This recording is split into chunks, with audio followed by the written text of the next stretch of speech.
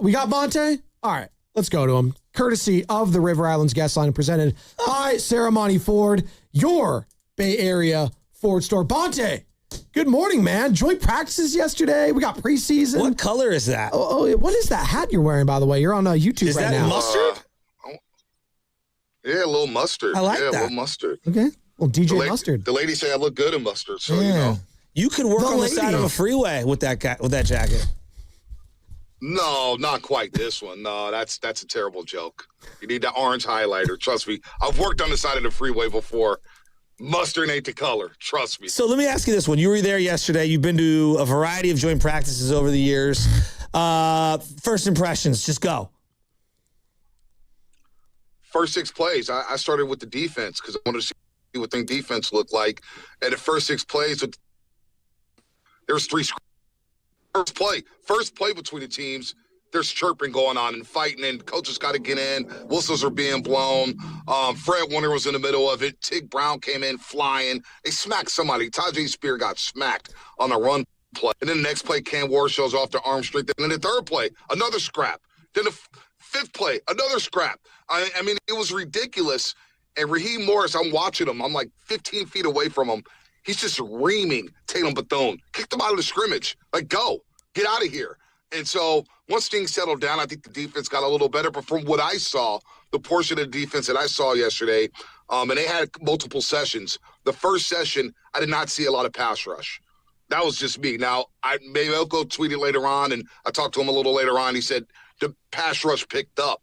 However, I still have concerns if they don't have Bosa around. Is Osa Odigizua alone enough to generate a pass rush? I have no idea. That other end, it's a lot on Romello Height. Now, Duggar, they're using him in the ones, and I'm very eager to see how they utilize him moving forward because I do think he's a very I think he could be a chess piece for this defense. You can move around, have him cover tight ends. But right now, the biggest concern I have for defense is the pass rush. Can they generate a consistent pass rush? Yeah, what was your initial thoughts when you saw that Shanahan saying yesterday, obviously Bosa not even being at practice the last week, tendonitis in his surgically repaired knee, Bonta? Well, I thought a couple things. One, are they really just overshadowing what could be a hold in by Nick Bosa? Man, right? Who knows? We know Bosa's about his money. We know the business of Bosa's. They're about their bread, which is why Joey is not on the team right now. But the tendonitis sounds about right, but he's done no team drills. He hasn't participated in any team drills. He's done a lot of individual. So, yeah, I get why people could be concerned about Nick Bosa given his injury history. Tendonitis in the ACL. What does that mean on game day? Can he only play 60% of the snaps? Can he play 75% of the snaps? Because they need him on the field. He needs to be dominant for this defense to really be in the talks and the conversations with the likes of the Seattle Seahawks. Nick Bosa has to be competing for a DOY this year in order for the 49ers to really be true Super Bowl contenders. I still think they're in the conversation, but to really make people believe it, Bosa has to be on that DPOY level. And, it's definitely concerning when you talk about tendonitis and a surgically repaired knee. What would be more frustrating for you as a fan? Bosa in this weird way holding in, or him having this legitimate injury that could linger? Well, I think it's the hold in, considering how much money he's been paid and considering that he did hold out and showed up to Pittsburgh 3 days before. And then, he started throwing Steve Wilkes under the I'm still experimenting on things, and I don't know. But I'm like, we heard everything from Bosa. It's time to just go play, right? Just go play. He's hungry. I do believe he's hungry. For me, it would be more frustrating if he held in looking for new money. It's like, what type of leverage do you have? You're coming off a torn ACL. like if you have to think that if he had any leverage, the Niners may have explored trading him for Myles Garrett. Now, that's just me speculating, but I just, for me, I get the tendonitis in the knee, and I get, hey, maybe there is some tightness there. Maybe there is some soreness. He's coming back after missing a year. For me, it would be the hold in if he was doing that. Talking with Bonta Hill here, courtesy of the River Islands guest sign and presented by Ceremony Ford, your Bay Area Ford store. I saw it all over the socials yesterday. I mean, De'Zhaun Stribling, man. What did you see out there? Everyone's saying he was the best wide receiver on the field. Well, what I've seen from De'Zhaun Stribling and all the practices I've watched him is a man who doesn't drop the ball. He catches everything. I mean, and for once, drills on, I shifted over to the Purdy was excellent. And Mac Jones quietly has not had a great camp. So if Brock Purdy struggles early, Brock Purdy's the best quarterback on his football team. I mean, it's been on display throughout training camp. Mac Jones has been a little off this camp. I don't know what it is, but he's been a little erratic, a little inaccurate. But Stribling, wow. Seeing him on some crossers, catch the ball, run with the ball. In the red zone, he's a big target. I mean, he's getting utilized as a rookie wide receiver more than I ever saw Brandon Ayuk get utilized as a rookie wide receiver. More so than I ever seen Ricky Pearsall utilized as a rookie wide receiver.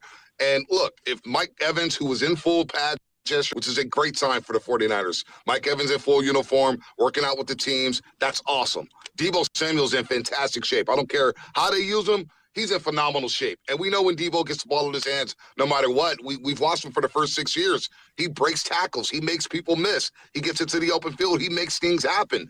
And then Demarcus Robinson, who I thought had a great camp last year, got suspended for the first 3 games, really lost his momentum, lost his rhythm. He's built a nice rapport with Brock Purdy. So this receiving core has the potential. It's not there yet, but it has the potential to be the deepest under Kyle Shanahan since he's been a coach of the 49ers. And that's saying something because Stribling has popped like that. Stribling's making plays. He's made 5. Wow. I mean, now you got me really excited. Who does he remind you of? I mean, you've got a long Rolodex in your mind. I'm not saying that this is who he is, but like physically and as a player, is there a player comp that you got for him? You know, I knew you were going to ask me about a player comp today. I swear to God, I was like, Shasta's going to ask me about a player comp. And well, because I don't like doing player comps on rookies early. Yeah, but you know, he's physical, but he's got more speed. Like, for a second, I thought Cortland Sutton, right? But he's got more speed than Cortland Sutton. He's faster than Cortland Sutton. But that build, you know, early on kind of looks like Cortland Sutton from the Denver Broncos, of course. But he's a big boy, man. Like, he's physical. Like, you look at 15, you take a glimpse, you're like, wait, is that Jawan Jennings? Oh, no, that's De'Zhaun Stribling. So, it's tough for me to put a comp on him right now because it's just been practice. Young man is making plays, and the young man catches everything. And his route running has gotten better throughout camp. Early on, I was like, man, this guy is a raw route runner. You know, against zone defenses, Shanahan can scheme him open, but can he beat one-on-ones? Well, he's starting to do that, Shasky. He's starting to beat one-on-ones as we get deeper in the camp. And then, you know, the absence of Kittle has got to be glaring. How does Tonjes look or anyone else that's filling in? You notice Tonjes catches everything. Tonjes is having a solid camp. He's getting a lot of passes. Tonjes could play. But, you know, is out there. You see Luke Farrell. I don't feel good about the second tight end. And this is why there's so much pressure on Michael Williams, I think, coming back. And just I'm not even looking for sack numbers. Can you just be a force in a run game? And can you cause some havoc? Can you come up with the occasional pressure on the quarterback? Because Tyler Warren was sitting right there. Out of Penn State. And it would have just been great to have a second tight end, another playmaker who could learn from George Kittle, who's in the mode of George Kittle, has that type of nastiness. For whatever reason, if Kittle's not ready for week 1, that second tight end spot concerns me. It really does, because are they a threat in the pass game? I don't think Luke Farrell's a threat in the pass game. Brayton Willis is not a threat in the pass game. So are they good in the run game? Well, Luke Farrell struggled last year. He struggled last year in the run game. It was a disappointing signing coming from Jacksonville. So that second tight end spot is definitely something we need to focus on if George Kittle's not ready to go against the Rams down in Australia. And how's the offensive line looking right now? I know Connor Colby in a battle for left guard. Obviously, he's established a left tackle. You got McKivitz, Brendel. How's the offensive line shaping up? Well, you brought up Connor Colby losing his spot at left guard. And I'm watching Hard Knocks. Did you guys watch the latest Hard Knocks? I love Mike McDonald. I've been watching the last couple episodes. Yeah. I mean, you look at Mike McDonald, that chemistry, but that defensive line that they have. Oh. And then you think about what's going on in L.A. with Myles Garrett and potentially Aaron Donald. And left guard's a problem. Look, are you going to draft at the top of the second round? I think De'Zhaun Stribling could be a player. I really do. I'm not mad at that pick right now. But left guard's concerning, man. And you think about the interior pressure Seattle got on the 49ers in 2 of the last 3 games. You think about who they're playing this year, Quinnen Williams in Dallas, Jalen Carter in Philadelphia. You look at what the New York Giants have on their defensive line.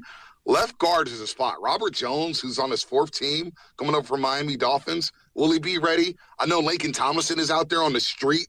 Maybe the Niners want to just kick the tires on him and see what he has left in the tank. But kind of a disappointment. Left guard was basically handed to him. Now he's running with the 2s, and he's playing right guard with the 2s. So he's not even playing left guard with the second-string people. So overall, I think the offensive line is solid, but left guard right there in the middle next to Jake Brendel, that's something you want to rectify, especially within this division. Well, and on top of, the questions with the running game, like outside of Christian McCaffrey right now, is Kalen Black, as he returned? What's up with Christian McCaffrey? And what's up with That's CMC? the bigger question. The workload there. What do you think is going on? Yeah, I mean, you got to protect Christian McCaffrey from himself, right? I know we hear that with Ricky Pearsall, but more so with CMC. Tightness, we don't know what type of tightness it is. Is it calf tightness? Bank that would be tightness concerning. with the guaranteed monies? I don't know what's going on with McCaffrey, but he was out there on the field yesterday. And look, McCaffrey's one of those guys I don't need to see him practice. Show up week 1. I know what I'm going to get from Christian McCaffrey. It's the backups. Jordan James. I mean, we talked about the Rose Bowl with Ohio State and Oregon. I remember right away saying, hey, who is this guy? Like, he was walking without a helmet. I'm like, is Ohio State just hitting too hard? For him not to be able to participate in camp 2 years in a row in his first 2 years in the league, very disappointing. And then Kalen Black out of Indiana dealing with the adductor. Khalil Herbert could be your backup running back. Oh, my gosh. Week 1. And you know what? He made a nice move yesterday. I've seen him make some nice cuts. He's a pro running back. Look, give Herbert his credit. I think he's more than capable of being a backup. But, boy, if Christian McCaffrey is not on the football field for this team, yikes. I mean, that could be problematic in a run game, no doubt. All right, let's just focus on some of the youngsters. Marquise Siegel, Nick Martin, Duggar, Romello Height. Anybody look like a player? Yeah. Yeah, I'm telling you, Jaden Duggar, man. I asked Raheem Morris about Duggar a couple weeks ago, and he was talking about, hey, he needs to lock in on special teams, focus in on that. Well, he's doing something right because he was getting reps with starters yesterday. He's getting reps with Fred Warner. I know you guys heard what Fred Warner said about him. Like, he has all the tools to be special. 53 pops. Like, he's tall, he's agile. I'm really excited to see what he's all about. I don't know if he's a situational pass rusher. I don't know how good he is against the run, but you see him, you're like, wow, that guy looks like a player. Obviously, Stribling, who I just touched on there. Romello Height is going to be a situational pass rusher. I want to see more from him. Obviously, when you're going against Trent Williams, you're going to get shut down. But the fact that he is getting work against Trent Williams and getting tips from him, I think that's a good thing for him. Can he put pressure on the quarterback in the snaps that he gets? That's a key. Marquise Siegel's getting all the reps of safety. Malik Mustafa's hurt again. And I like Siegel. Look, he had a rough day against the Rams last year on Thursday Night Football, got beat deep a couple times. That was by far his worst game. Got caught with his eyes a couple times. But I like Marquise Siegel. He's put on some muscle. He's got some speed. So before they give away that job to Malik Mustafa needs to get on the football field because it's easy. I can easily see Marquise Siegel being your starting free safety. So he's starting to get better and better and better. But look, without a pass rush, those safeties will get exposed in pass coverage. There's no doubt. Jair Brown and Marquise Siegel, like you give these quarterbacks all day to throw, especially Stafford and Darnold now. Yikes. Yeah, that could be a problem. But Siegel right now looks like a comparable safety. Well, and apparently, we have the soundbite from Renardo Green, like a lot of the defensive backs are loving Raheem Morris's scheme. And, Shanahan tried to poo-poo it a little bit, saying, hey, I've liked all of our defensive coordinators. I'm not picking one over the other. But could that be an area potentially, right, these guys have to produce, like potentially of improvement? Yeah. Yeah, I mean, look, you're going against the same scheme every single day. You're going to get the defense that every single day. I want to see it week 1, week 2. Some of that chatter, I hear from Jair Brown. Jair Brown's talking a lot. He's talking a lot, and this is a huge year for him. I need to see it. I need to see the scheme. You know what I'm saying? You're going against Matt Stafford and Sean McVay in week number 1, and I don't know if Puka's going to play or not. It does not matter to me. They got ballers, all right? So later on in the season, you got Denver and you got Seattle back-to-back. I don't really care about all that talk right now. Yeah, it's all kumbaya in training camp. That's great. Let me see it week 1. Let me see what Morris does week 1 because we're not seeing everything. We're not seeing all the blitz packages. Now, I do like the fact that Raheem Morris is running some different fronts, some 5-man fronts, some 4-man fronts that gets away from the wide 9. I do see some creativity defensively, but guys haven't played a game yet and already talk about the scheme being better. And I want to do this too. Robert Saleh, think about Robert Saleh last year. What scheme can he run with everybody out? What were you going to do with that defense? You had a bunch of no-namers. You're going to start running, complicated schemes. Hey, let's get creative and run some algebra here. Like, no, you got dudes out. So to me, I want to hear a little less chatter about the scheme and how much we love Raheem Morris. Let me see you week 1, week 2, week 3 before we start popping off. Okay. I'm going to ask a random one here that no one ever brings up. Okay. Sky Moore was very good for this team last year. Who is... No, he was. Wasn't he? No, he was solid. I mean... Big return in the Philly game. Some punts at the 1 yard inside the 5 question. that kind of concerned me. But he was... I thought he was a good player for this team. Who is going to fill the vacancy as kick and punt returner? If I had to guess... I don't know. Junior Bergen, that worries me if he's the punt returner. Is Jordan Watkins ready for that role? I feel a lot more comfortable with Sky Moore being your punt returner. And that's another thing, too. Punt return and punter. Yeah. And punter. Like, they got 2 punters on this roster right now.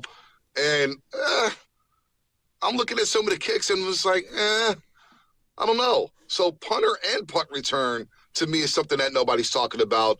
So is Debo Samuel maybe being a punt return?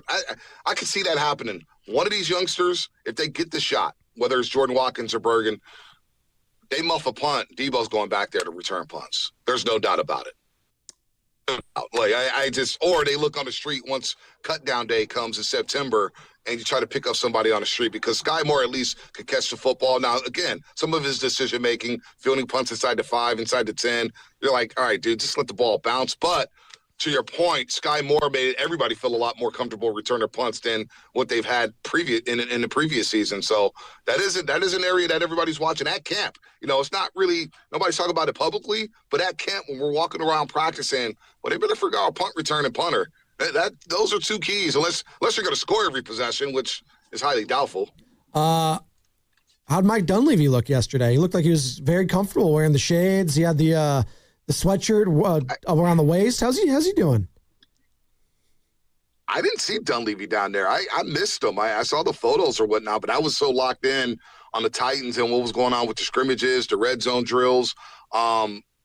I didn't see Mike Dunleavy down there, but I did read some of his quotes afterwards, and sounds like the fan base isn't too thrilled with some of the things that he had to say. No, they are not happy with that. He seems to be very high, though. If, Moses and Jimmy come back, they got action. He said he was cold calling. Like, what? He's cold That's calling what teams. I did my first 3 years of my sales job is pick up the phone. Hi, I'm Joe Shasky. You want to buy some? Click. Like, you're cold calling GMs? I saw some of the quotes. What? First of all, I want to go listen to it again because I read through the transcript. I want to hear the tone of everything before I make a complete judgment on it. But I read through the quotes. I saw the reaction on Twitter. I saw the cold call. And then my question was, do we have to run a presser yesterday? Yeah. That's what I asked. I said to the boys, what was the point of that?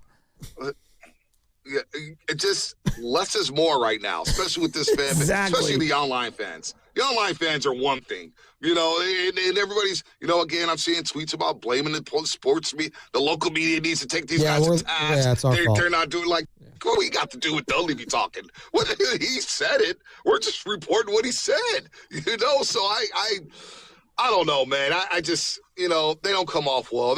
What could he have said that made the fan base feel good? What? Like, honestly. The only way is what could he have said yesterday? Yeah. I was going to say, I made a huge mistake this offseason. I know you guys wanted more, but none of it. Like, something that's unrealistically coming out of his mouth. We tried to trade Jimmy Butler. I promise. We tried to. It just didn't work. I called people. Well, he still would have got ripped. Yes. Well, you couldn't complete the deal. Exactly. That's what people tell me. They was like, they couldn't trade Jimmy Bonta. And I'm like, dude, it's a new CBA. who's taking on Jimmy Butler right now when we don't even know when he's going to play? Well, you couldn't do anything? Well, it takes two to tango. Like Joe Dumars is playing hardball in New Orleans. I do believe the Warriors made calls. Now, you got to ask yourself, though, and this is the reality of everything, how attractive is the Warriors roster to other teams? A team that won 37 games.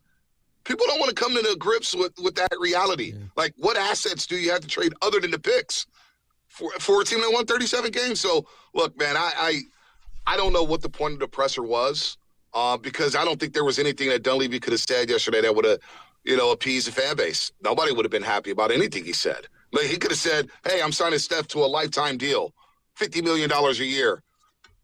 Then people would have said, well, build a roster around them. It's just – you're in a no-win situation. Back-to-back years in L.A. Opening night. Can't wait. Can't wait. Who's going to be on L.A.? Yeah, I'm in football mode. I want to end the baseball season. I'm happy the basketball's out because I can start to plan my fall and work around some of the dates.